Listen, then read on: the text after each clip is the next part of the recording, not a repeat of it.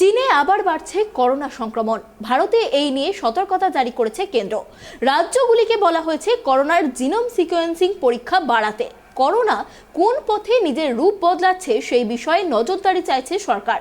এমতো অবস্থায় ভারতে আবার নতুন করে করোনা সংক্রমণ বাড়াবাড়ি আকার নেয়ার আশঙ্কা কতটা, কি বলছেন বিশেষজ্ঞরা, দেখুন। করোনা সুনামি এসেছে চীনে।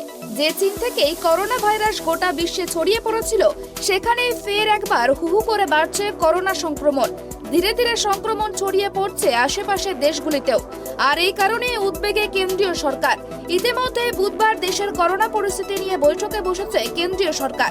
সেই বৈঠকে ফের একবার মাস্ক পরা থেকে শুরু করে যাবতীয় কোভিড বিধি অনুসরণের পরামর্শ দেওয়া হয়েছে। এদিকে বিকেল হতে জানা গেল, চীনে করোনার যে ভ্যারিয়েন্টের কারণে সংক্রমণের বাড়বাড়ন্ত, তার খোঁজ ভারতেও মিলেছে।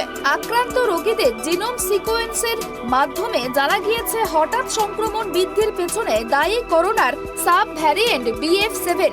চীনের অধিকাংশ আক্রান্তের শরীরেই পাওয়া গিয়েছে এই সাব ভ্যারিয়েন্টের উপস্থিতি। সম্প্রতি all India institute of medical সায়েন্সের প্রাক্তন ডিরেক্টর চিকিৎসক রণদীপ গুলেরিয়া জানিয়েছেন, চীনে হু করে বাড়ছে করোনা সংক্রমণ। আগামী 3 সপ্তাহে চীনে প্রায় 60% মানুষের ওপর করোনা আক্রান্ত হওয়ার আশঙ্কা রয়েছে। এই পরিস্থিতিতে ভারতে ভয় কতটা, এই প্রশ্নের উত্তরে চিকিৎসক জানিয়েছেন, করোনা বিরুদ্ধে ভারতীয়দের রোগ প্রতিরোধ শক্তি রীতিমতো জোরদার। তাই এখনই খুব আতঙ্কের কিছু নেই, তবে সাবধান থাকতে হবে। তার কথাই, করোনা অতিমারি শুরুর পরে 3 বছর কাটতে চলেছে। এর মধ্যে বহু মানুষই করোনায় আক্রান্ত হয়ে গিয়েছেন এবং তারা সেরেও গিয়েছেন। ফলে তাদের প্রাকৃতিক উপায়ে রোগ প্রতিরোধ শক্তি তৈরি হয়ে গিয়েছে। এছাড়াও তাদের অনেকেরই এরই মধ্যে করোনার টিকাও নেওয়া হয়ে গিয়েছে। ফলে করোনা এখন আর আগের মতো ভয়াবহ হয়ে ওঠার আশঙ্কা খুব একটা নেই, এমনই মনে করছেন তিনি। আলফা, বিটা, ডেল্টা এবং ওমিক্রন করোনা নানা ধরনের রূপ ইতিমধ্যেই ভারতের ওপর দিয়ে বয়ে গিয়েছে। সময়ের সঙ্গে সঙ্গে করোনা নিজের রূপ আবারও বদলেছে এবং উপসর্গগুলি এখন আগের চেয়ে অনেকটা কম প্রভাব ফেলার মতোই হয়েছে, এমনটাই জানিয়েছেন তিনি।